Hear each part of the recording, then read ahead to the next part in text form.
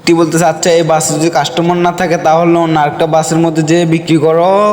তারপরে ওই লোকটি বলতেছে আরে ভাই এগুলো কি বলতেছেন আমি। তারপরে এই লোকটি বলতেছে আরে ভাই আমার ঘরের মধ্যে খানার কিছুই নেই, তাই জন্য আমি ডাব বেচতে আসছি।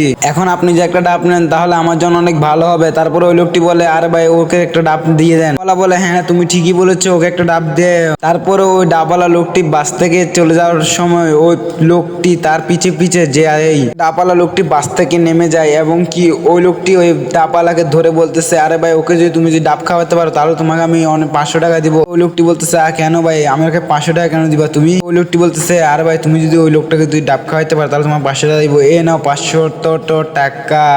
পরে ওই লোকটি বলতেছে আচ্ছা কাম কি, কেন ডাব খাওয়াইতে হবে? তারপরে ওই লোকটি বলতেছে এত কথা তুমি জেনে কি করবা, তোমার শুধু কাজটা হচ্ছে ওকে যে শুধু ডাব খাওয়া। তারপরে ওই লোকটি 500 টাকাটা নিয়ে ওর কাছে চলে যায় এবং ওই লোকটিকে ঘুম থেকে জাগিয়ে তুলে লোকটি বলে আরে ভাই একটা ডাব খেয়ে নেন না। ওই লোকটি বলে আরে ভাই আমি একবার বলছি আমি ডাব খাবো, তুমি কি জন্য আসছো আমাকে ডাব খাওয়ানোর জন্য? তারপরে ওই ডাবালাটিকে বলতে থাকে আমি আচ্ছা এই ডাবগুলো কত টাকা?